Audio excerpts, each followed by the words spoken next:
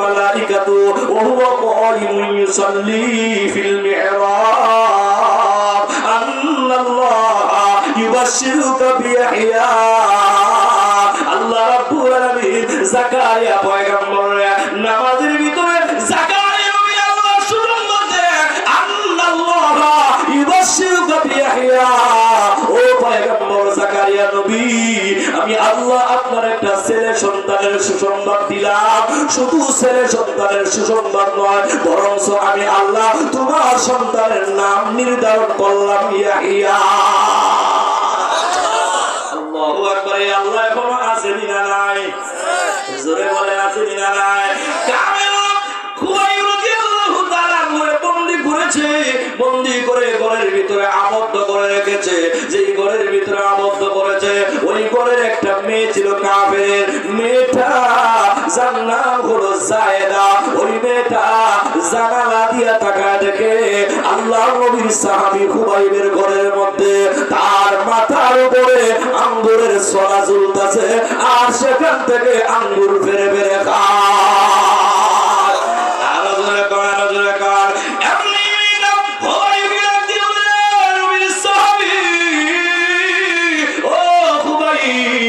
আমাদের পক্ষ থেকে তোমার খাবার বন্ধ করা হয়েছে, কিন্তু এই খাবার কোথা থেকে আসলো রে খুবাইব? আল্লাহ নবীর সাহাবী খুবাইব রাদিয়াল্লাহু তাআলা আনহু বলে, তোমাদের পক্ষ থেকে আমার খাবার বন্ধ হতে পারে, কিন্তু আমি এমন একজন আল্লাহর উপরে ঈমান এনেছি,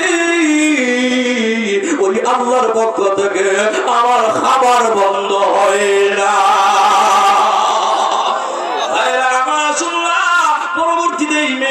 দৃশ্য দেখার কারণে পরবর্তীতে এই মেয়েটা ইসলাম ধর্ম গ্রহণ করে মুসলমান হয়েছিল। এবার আসেন খুবাইবের এই অবস্থা করে কাফেররা কয়, আমরা খুবাইবকে বন্ধ করলাম, তালাবদ্ধ করলাম, খাবার দেই না, কিন্তু খুবাইব তো মারা যায় না, খুবাইবের তো কোনো সমস্যা হয় না। এবার কাফেররা চিন্তা করলো খুবাইবকে আর ঘরের ভিতরে রাখা যায় না, খুবাইবকে ওই ঘর থেকে বের করিয়া আমরা তারে ছুরিতে চড়াইয়া তাই আমরা বিদায় করে দিব। জোরে কন্যা নাউজুবিল্লাহ। আল্লাহ নবীর সাহাবী একমাত্র নবীর উপরে ঈমান আনার কারণে, ইসলাম ধর্ম গ্রহণ করার কারণে খুবাইবের অবস্থা। আল্লাহ নবীর সাহাবী সাঈদ ইবনে আমির আল-জুমাহি রাদিয়াল্লাহু তাআলা আনহু এই ঘটনা ওমরের সামনে বর্ণনা করে, খলিফা হওয়ার পরে ওমরের সামনে বর্ণনা করে আর বলে, ও খলিফা, ওই খুবাইবের ঘটনা যখন আমার মনে হয় তখন আমি আর ঠিক থাকতে পারি না, কারণ আমি ছিলাম তখন তার সামনে, আমি ছিলাম কাফের, আমি তখন মুসলমান হই নাই। আমার সামনে খুবাইবকে যে নির্যাতন করেছে আমি তখন ওই দৃশ্য দেখেছি, আজকে ওই দৃশ্য আমার মনে হইলে আমি ঠিক থাকতে পারি না। জোরে বলেন সুবহানাল্লাহ। আমার এবার খুবাইব রাদিয়াল্লাহু তাআলা আনহুকে ঘর থেকে বের করে আর কাফেররা সারা মক্কা নগরের মধ্যে এলান করে দিয়েছে, ঘোষণা দিয়েছে, মুহাম্মাদের গোলাম, মুহাম্মাদের অনুসারী খুবাইবকে আজকে শহীদ করা হবে, হত্যা করা হবে, শুলিতে চড়ানো হবে। কে দেখবার জন্য আসো বের হয়ে যাও। কাফেররা দলবদ্ধ হইয়া হাজার হাজার কাফেররা খুবাইবের পিছনে রওনা হয়ে যায়। ওই সামনে একটা মঞ্চ বানায়, মঞ্চের মধ্যে উঠায় তারা শুলিতে চড়াবে। যেই মঞ্চের মধ্যে তারা উঠাবে, মঞ্চের পিছনে একটা তক্তা লাগাইছে, তক্তা খুবাইবকে ওই সামনে নেওয়ার কাছাকাছি, ওই মঞ্চের কাছাকাছি নিয়ে যাওয়ার আগে খুবাইবকে বলে, ও খুবাইব, তোমারে তো আমরা একটু পরে শুলিতে চড়ায় বিদায় করে দিব। রে খুবাইব, তোমার একটু পরেই বিদায় করে দেওয়া হবে, তোমার জীবনের সর্বশেষ কোন সওয়াব আমার আসেনি রে খুবাইব। তখন আল্লাহর নবীর সাহাবী খুবাইব রাদিয়াল্লাহু তাআলা আনহু চোখের পানি ছেড়ে দিয়ে বলে, রে কাফেররা, আমারে তোমরা একটু পরে শুলিতে চড়াইয়া বিদায় করে দিবা, আমার চাওয়া পাওয়ার কিছুই নাই, তবে আমার বিদায় হওয়ার আগে আমারে 2 রাকাত নামাজের সুযোগ দাও, আমি 2টা রাকাত নামাজ পড়ে আমার মালিক আল্লাহর সাথে কথা বলতে চাই। খুবাইবরে তারা 2 রাকাত নামাজের সুযোগ দেন। নবীর সাহাবী খুবাইব রাদিয়াল্লাহু রাদিয়াল্লাহু তাআলা নামাজের মধ্যে দাঁড়ায়, নামাজের মধ্যে দাঁড়ায় সুন্দর করে সূরা ফাতিহার মাধ্যমে সূরা তেলাওয়াত করে নামাজ শেষ করে, নামাজটা খুব তাড়াতাড়ি শেষ করে কাবিলা খুবাইবের ডাক দিয়ে বলে, খুবাইব এত তাড়াতাড়ি তুমি নামাজ শেষ করলাই কেন রে?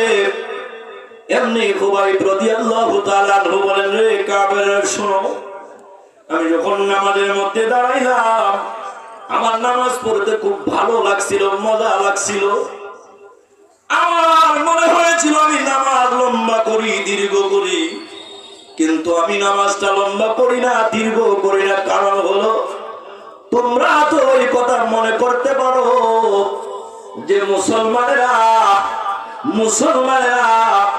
নামাজ লম্বা করে তার মরণের ভয়ে মুসলমানেরা নামাজ লম্বা করে, এই চিন্তা করে আমি নামাজ লম্বা করি নাই। জোরে কোন সুবহানাল্লাহ।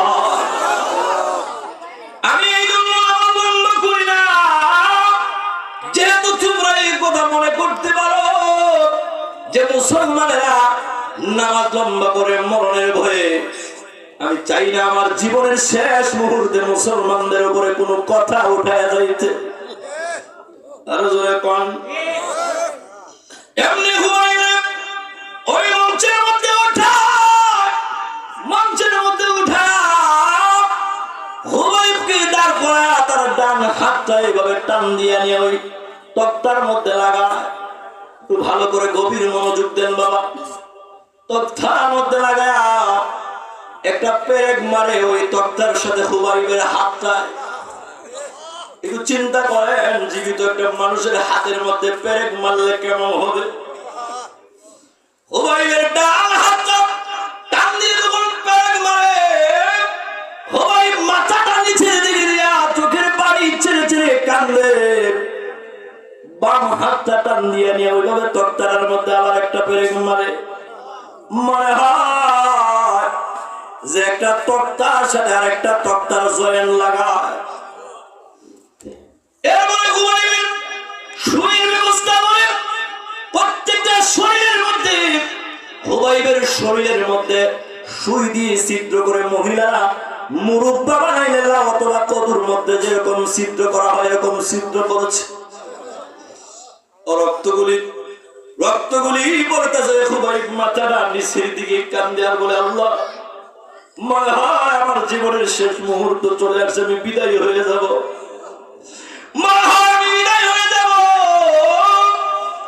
কিন্তু আমার নবী মদিনায়, আমি হইলাম মক্কার।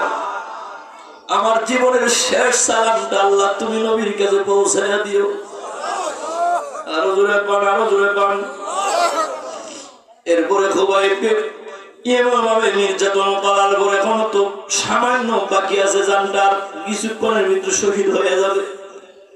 ঠিক এই মুহূর্তে কাবেলা খুবাইবকে বলে, খুবাইব, ও খুবাইব, আমাদের পক্ষ থেকে এখন তোমাকে একটা চান্স দেওয়া হবে, সুযোগ দেওয়া হবে, প্রস্তাব দেওয়া হলো। খুবাইব রে, যদি তুমি গ্রহণ করো তোমারে আমরা ছেড়ে দেবো, শুধু একটা শর্ত। কি শর্ত? শর্ত হলো তুমি এখানে দাঁড়ায় আছো, ওই জায়গার মধ্যে দাঁড়ায়া শুধুমাত্র তোমার মুখ দিয়ে মুহাম্মদ একটা গালি দিবা। নাউজুবিল্লাহ। মুহাম্মদ একটা গালি দিলে তোমারে আমরা ছেড়ে দিব, তোমারে আমরা আজাদ করে দিব, মুক্তি করে দিব। চিন্তা করেন নবীর প্রতি তাদের কি পরিমাণ জিদ ছিল। একটু মাত্র খালি গালি দিলে তোমার আমরা ছেড়ে দিব। নাউজুবিল্লাহ বলেন। কোন মুমিন কি নবীরে গালি দিতে পারে?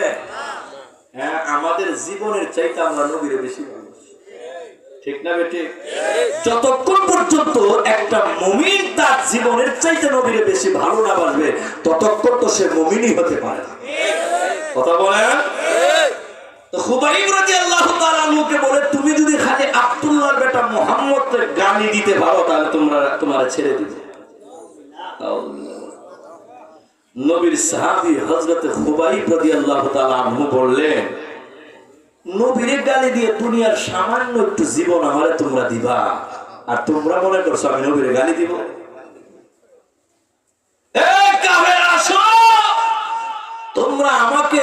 একবার শুনিতে চড়াইবা, আল্লাহ আবার আমাকে জীবন দিবে। আবার তোমরা আমাকে শুনিতে চড়াইবা, আবার আমার আল্লাহ জীবন দিবে। এইভাবে একবার দুইবার না, 1000 বার আল্লাহ জীবন দিবে। 1000 বার তোমরা শুনিতে চড়াইবা। আল্লাহর কসম, আল্লাহর নবীর ইজ্জতের উপরে হামলা হইতে দেওয়া হবে না। এটাই তো মুমিনের প্রকৃত আলামত। জোরে বলেন না কেন? আর জোরে বলেন। খুবাইবকে তারা দুনিয়া থেকে বিদায় করে দিয়েছে। খুবাইব জান দিয়েছে, জীবন দিয়েছে, জান্নাত পেয়েছে। কথা বলেন না কেন? জান্নাত পায় নাই? জান্নাত দেখা দেখা তারা দুনিয়া থেকে গেছে। জোরে বলেন না সুবহানাল্লাহ। এজন্য আল্লাহ বলেন আমিনু কামা আমানান নাস, ঈমান আনো তাদের মতো। সুবহানাল্লাহ বলবেন না? তাদের মতো ঈমান, যাদের কথা জঙ্গলার হিংস্র প্রাণীরা পর্যন্ত শোনে। বুখারীর বর্ণনা আছে সাদ ইবনে আবি ওয়াক্কাস রাদিয়াল্লাহু তাআলা আনহু যুদ্ধের ময়দান থেকে ফিরে আসতেছে সাহাবীদেরকে সাথে নিয়ে। উনি তো আমির শাহ। তো সামনে রাত্র হয়ে গেছে, রাত্রি কোথায় যাপন করবে পরামর্শ নিলেন খ্রিস্টানদের কাছ থেকে। একটা কথা মনে রাখবেন, কাফেররা কখনো আমাদের বন্ধু হতে পারে না। ঠিক না বেটে? ইহুদি খ্রিস্টান, ইহুদি নাসারারা কখনো আমাদের বন্ধু হইতে পারে না। এটা কার কথা? আল্লাহ বলেন ইয়া আইয়ুহাল্লাযীনা আমানু লা তাত্তাখিযুল ইয়াহুদা ওয়ান নাসারা আউলিয়া বা'দুহুম আউলিয়া বা'দ। ঠিক না বলে কি?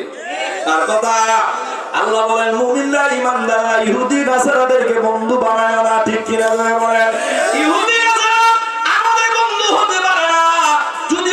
বাংলাদেশের মধ্যে সংখ্যালঘু ইহুদি নাসারা খ্রিস্টান হিন্দু বৌদ্ধরা যদিও দেখবেন সামাজিক আমাদের সাথে একটু সম্পর্ক আছে, কিন্তু একটু সুযোগ পাইলে তারা আমাদের সাথে নাই। পার্শ্ববর্তী দেশের অবস্থা দেখেন, মসজিদ ভাঙা মন্দির বানায়, মুসলমানদেরকে তারা নির্যাতন করে। ইহুদি খ্রিস্টানদের সাথে আমার বন্ধু হতে পারে না। খ্রিস্টানদের কাছে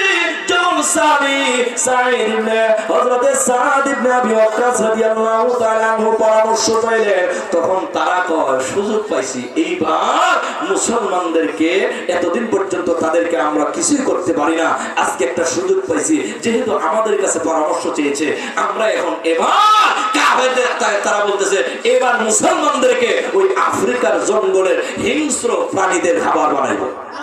নাউযুবিল্লাহ বলেন, আলোচনা বলেন না নাউযুবিল্লাহ। তারা যতই চিন্তা করুক, আল্লাহ মুসলমানদের পক্ষে আসেনি না নাই? বলে আসেনি না নাই?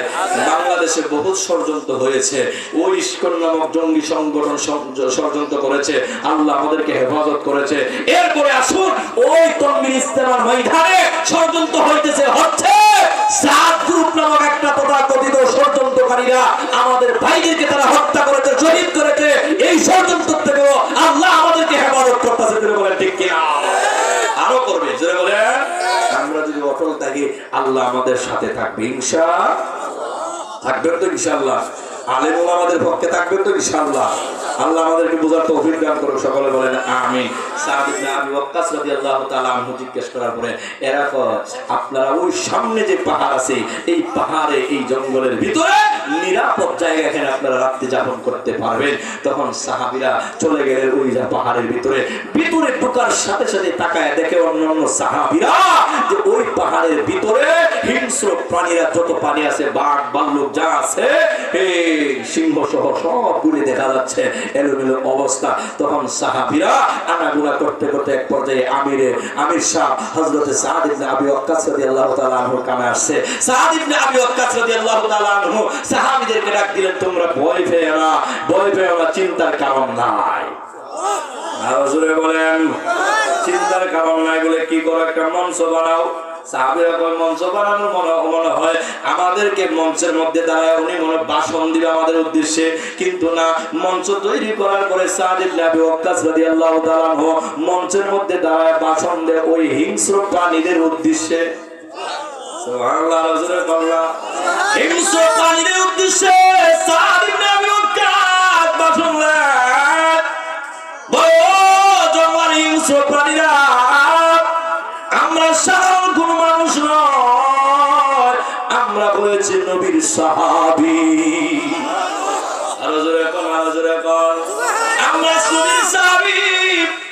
কিছুক্ষণের ভিতরে এই জঙ্গল তোমরা পরিষ্কার করো। কিছুক্ষণের ভিতরে জঙ্গল পরিষ্কার করো। আমরা আজকে রাত্রে এখানে যাপন করবো, তোমরা চলে যাও। যদি না যাও তাহলে আমি সাদ ইবনে আবি ওয়াক্কাস তোমাদের বিরুদ্ধে লড়াই করব। সুবহানাল্লাহ। আওয়াজটা কোন বলতে দেরি হয়েছে, সাদ ইবনে আবি ওয়াক্কাসের বাসন দিয়ে দিয়ে হয় এমনি টাকা দেখে ভাগ তার বাচ্চা কুলে নিয়ে রওনা হয়ে গেছে। সিংহ তার বাচ্চা কুলে নিয়ে রওনা হয়ে গেছে, বাকি প্রাণীগুলি বাচ্চাগুলি কোলে নিয়ে রওনা হয়ে গেছে। মুহূর্তের ভিতরেই জঙ্গল পরিষ্কার। এজন্য আল্লাহ বলেন আমিনু কামা আমানাল্লাহ, ঈমান আনো তাদের মতো যাদের কথা জঙ্গলের হিংস্র প্রাণীরা শুনে। জোরে বলেন সুবহানাল্লাহ, আরো জোরে বলেন সুবহানাল্লাহ। ভাইরা আমার, রাত্রি যাপন করে সাহাবীরা সকালবেলা রাত্রি যাপন করার জন্য যখন অবস্থান করতেছে, হিংস্র প্রাণীরা তো পালাইতেছে। ঠিক এই মুহূর্তে একজন সাহাবী, যার নাম হলো সাফিনা, ওই সাহাবী এখনো সাহাবীদের কাছে আসতে পারে নাই, পিছনে পড়ে রয়েছে। ওই সাফিনা এখনো আসতে পারে না। সাফিনার সামনে একটা ভাই সাফিনার সামনে দাঁড়ায় গেছে, তারে আঘাত করবে, আক্রমণ করবে, এইভাবে দাঁড়ায় গেছে। এমনি সাফিনা বলে, ও ভাই, আমিও নবীর সাহাবী, আমার আক্রমণ করবা না। যদি আক্রমণ করো, আমার হাতে হলো সাহাবীদের মালামাল, এই মালামাল গুলি আমি কেমনে পৌঁছাইবো? আমার খাইতে পারো, আমার আক্রমণ করতে আসবা না। ভাইরা আমার, যে মাত্র ওই কথা বললে বলার সাথে সাথে ওই বাঘ এবার ঘুরায়া এইভাবে সামনের দিকে মাথাটা দিয়েছে, লেজটা পিছনের দিকে দিয়া মুখটা নাড়ায়া নাড়ায়া বুঝাইয়া দিতেছে, ও নবীর সাহাবী, ভয় পেও না, ভয় পেও না, আমার সাথে চলো, আমি তোমাকে তোমার সাথীদের কাছে পৌঁছায়া দিব। এই জন্য আল্লাহ বলেন আমিনু কামা আমানাল্লাহ, ঈমান আনো তাদের মতো যাদের পড়া হিংস্র প্রাণীরা শুনেছে, যারা ঈমানের জন্য জীবন দিয়েছে, যারা ঈমান বিক্রি করে না, বরং ঈমানের জন্য সব বিসর্জন করেছে। আল্লাহু আকবার। আমার ভাইয়েরা, নবীর সাহাবী, ইসলামের প্রথম শহীদ হযরতে সুমাইয়া রাদিয়াল্লাহু তাআলা আনহা, আর তার ছেলে যার নাম হলো আম্মার রাদিয়াল্লাহু তাআলা আনহু। নবীর সাহাবী সুমাইয়া আর আম্মার ইসলাম ধর্ম গ্রহণ করার পরে বাইতুল্লাহর সামনে দিয়ে যায়, ওই শয়তান আবু জেহেলের সাথে সাক্ষাৎ হয়ে যায়। আবু জেহেল ডাক দিয়ে বলে, রে সুমাইয়া, একটু দাঁড়া, শুনেছি তুই নাকি ইসলাম ধর্ম গ্রহণ করেছিস। হ্যাঁ, ইসলাম ধর্ম গ্রহণ করেছি, শুনবেন কেন? এখন শুনে নেন, আমি পড়ে নিলাম, লা ইলাহা ইল্লাল্লাহু মুহাম্মাদুর রাসূলুল্লাহ সাল্লাল্লাহু আলাইহি ওয়াসাল্লাম। সুমাইয়া যখন এই কথা বললে, আবু জেহেল আর দেরি করে নাই, দুইটা কুঠি নিয়ে আসে, দুইটা কুঠি, এই দিকে একটা কুঠি আর ওই দিকে আর একটা কুঠি, এইভাবে স্থাপন করিয়া সুমাইয়ার একটা কুঠির মধ্যে রশি দিয়ে বাঁধছে, আর একটা কুঠির মধ্যে তার সন্তান আম্মারকে বেঁধেছে। আম্মারের বয়স তখন এক বর্ণনায় আছে 18 থেকে 22 বছর বয়স। মা একদিকে কুঠির মধ্যে বাঁধা হয়েছে, সন্তানকে আরেক দিকে বাঁধা হয়েছে। এবার আবু জেহেল লাগিয়ে বলে,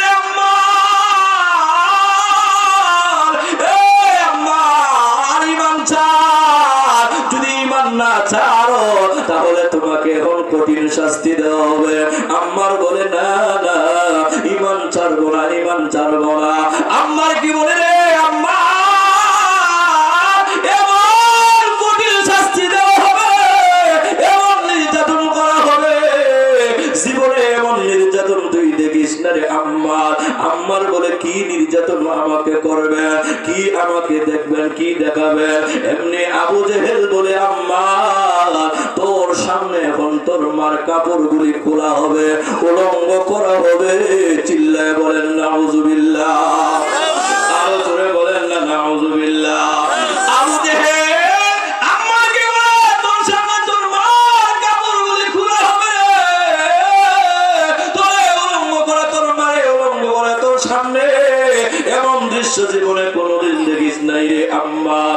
আল্লাহু আকবার।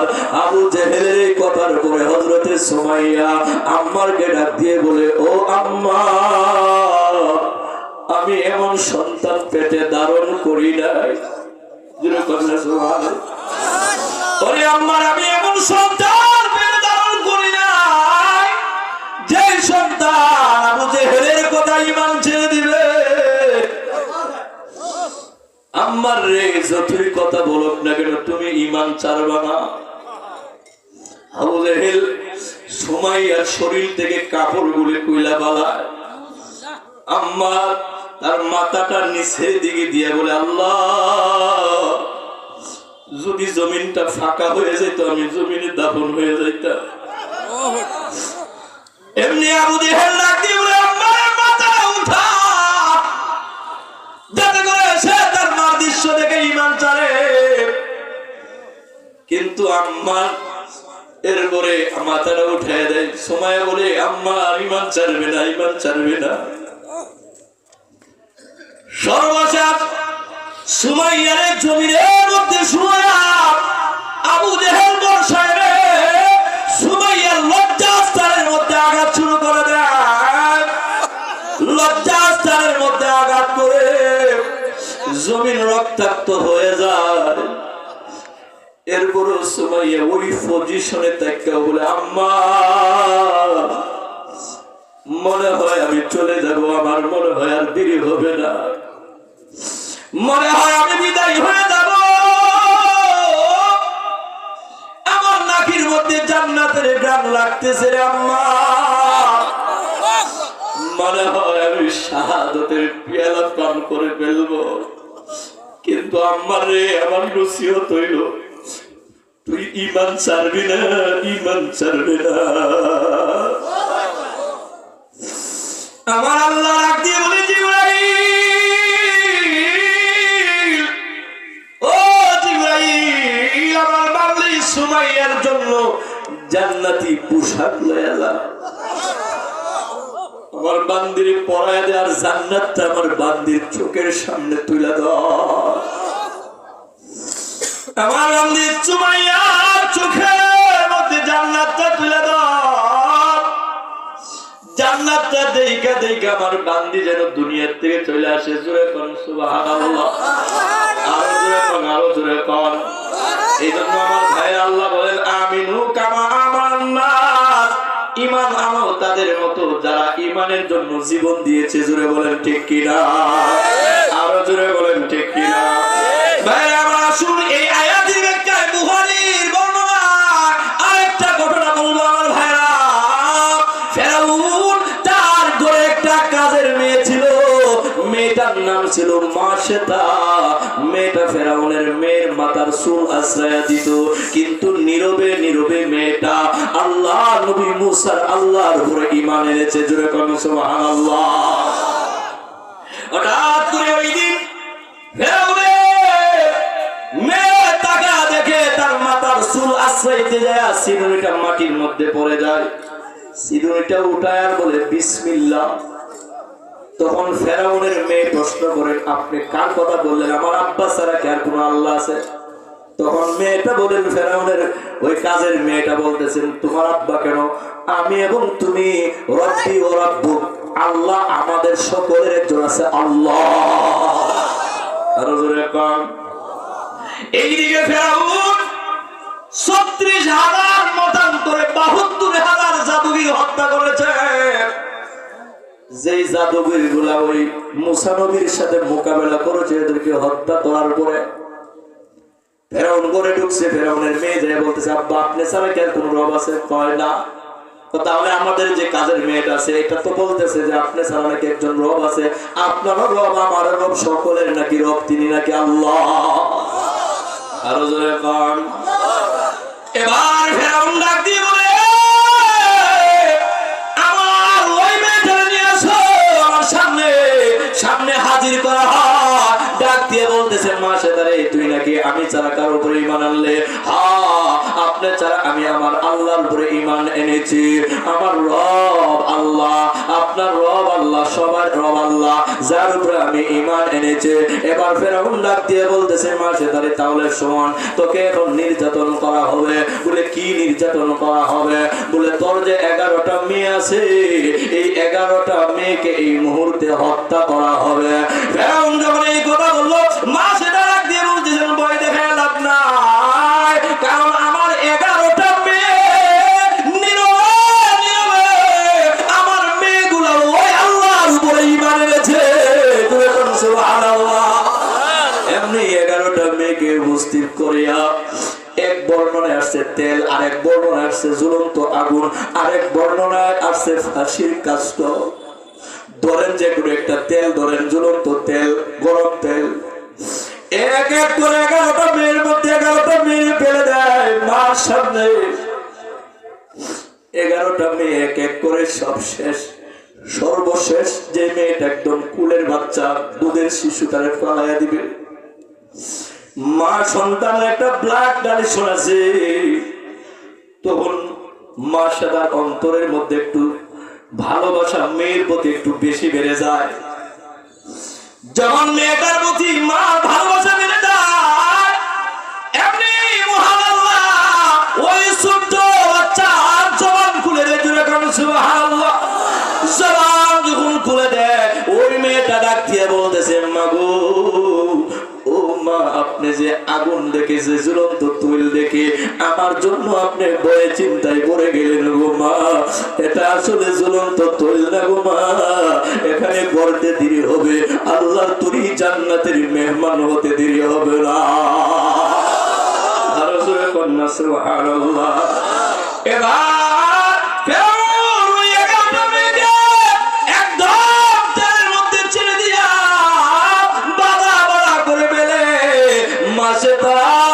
চোখের পানি ছেড়ে ছেড়ে কাঁদলে।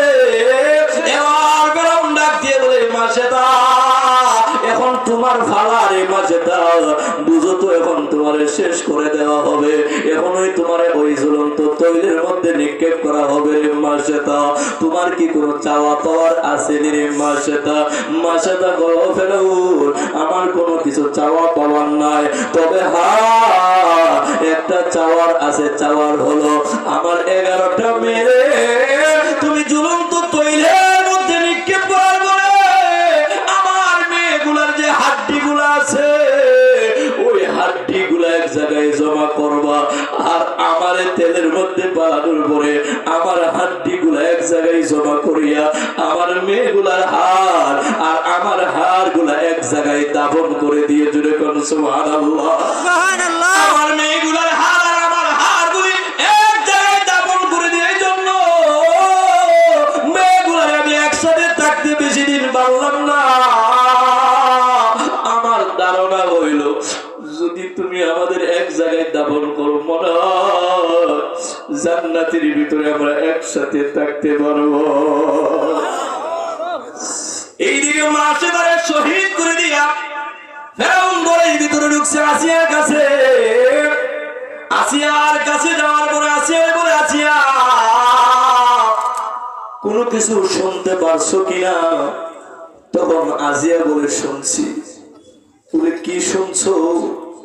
শুনেছি আমাদের কাজের মেয়ে তার বাচ্চা সহ জান্নাতে পৌঁছায়া দিয়েছো। আল্লাহু আকবার বলেন না?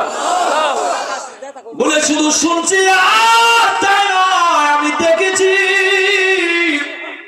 যখন মাছ তার আগুনের মধ্যে ফেলাও, তখন আমি তাকায় দেখেছি আসমান থেকে আল্লাহর ফেরেশতাদের বাহিনী হাজার হাজার ফেরেশতারা নিচে নামতেছে।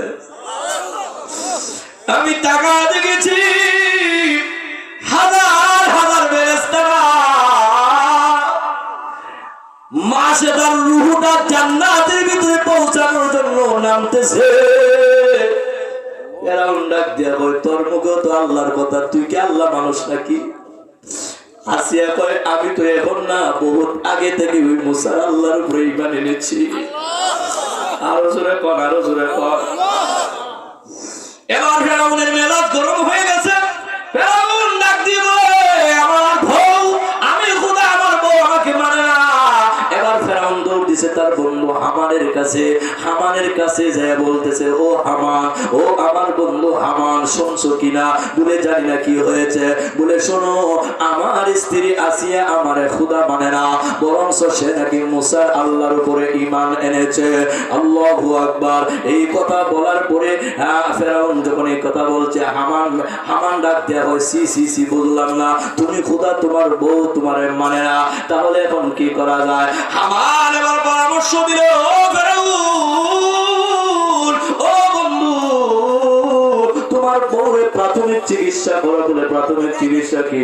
তোমার বউরে মরুভূমির প্রান্তরে উত্তপ্ত বালির মধ্যে শোয়াও, উপরে একটা পাথর চাপা দিবা, চাদরটা চাপা দিয়া চেহারাটা সূর্যের দিকে ঘুরাইয়া দিবা, আর বলবা ঈমান ছেড়ে দেওয়ার জন্য। যদি না ছাড়ে পরবর্তী ডিসিশন আমরা যাব। আমার ভাইরা, আসিয়ার তাই করা হলো। ওই মরুভূমির প্রান্তরে উপরে পাথর চাপা দিয়া উত্তপ্ত বালির মধ্যে শোয়ায়া চেহারাটা সূর্যের দিকে ঘুরাইয়া দিয়ে বলতেছে, আসিয়া ঈমান ছেড়ে দে, আসিয়া ঈমান ছেড়ে দে। কিন্তু আসিয়া টুটটা না, কি জানি উচ্চারণ করে। ফেরাউন তার কানটা লাগায়া শুনে, আসিয়া কি জানি বলে, শুনে আল্লাহ। আসিয়ার জবান দিয়ে বলে আল্লাহ আল্লাহ উচ্চারণ করে। ফেরাউন ডাক দিয়ে বলে, রে বন্ধু হামান, আসিয়া তো ঈমান ছাড়ে না, বরং আল্লাহ আল্লাহ জপে। চিন্তা করেন ঈমানের জন্য তারা কি করেছে। আর আমরা ফজরের নামাজ পড়তে চাই না, ঠিক কিনা জোরে বলেন? একটু কষ্ট হইলে আমরা সুদের আশ্রয় নিয়ে যাই। কথা বলেন। আল্লাহ আমাদেরকে বাঁচাক, সবাই বলেন আমিন। আসিয়া এবার হামান পরামর্শ দিল, বন্ধু 2 নম্বর চিকিৎসায় চলে যাও। বলে কি? বলে আসিয়ার হাত পায়ের মধ্যে পেরেক মারো। নাউযুবিল্লাহ বলে। আল্লাহ বলেন, ওয়া ফিরআউনা জিল আওতাদ। ফেরাউন আসিয়ার হাত পায়ের মধ্যে পেরেক মারে, কিন্তু এর বড় আসিয়ার জবানে বলে আল্লাহ আল্লাহ। এবার 2 নম্বর চিকিৎসা, আসিয়া ঈমান ছাড়া। হামানকে ফেরাউন ডাক দিয়ে বলে, বন্ধুরে আসিয়া তো এখনো ঈমান ছাড়ে না, আসিয়ার জবানে আল্লাহ আল্লাহ আল্লাহ ছাড়া আর কোনো কিছুই নাই। এবার হামান ডাক দিয়ে বলে, বন্ধু এবার 3 নম্বর চিকিৎসা। বলে 3 নম্বর চিকিৎসা কি রে বন্ধু? তখন ফেরাউনকে হামান ডাক দিয়ে বলে, আসিয়ার শরীরের চামড়াগুলি ব্লেড দিয়ে উঠায়া ফেলাও। নাউযুবিল্লাহ। আসিয়ার শরীরের চামড়াগুলি উঠায়া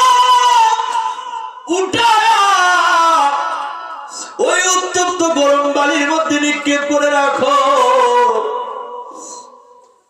আসিয়ার শরীরে ভাই একটু মনে মনে বলেন যে যদি আমার জীবনে মনে হইতো। মিলান নিজের জীবনের দিকে আর একটু চিন্তা করেন। আসিয়ার শরীরের এই চামড়াগুলি উঠা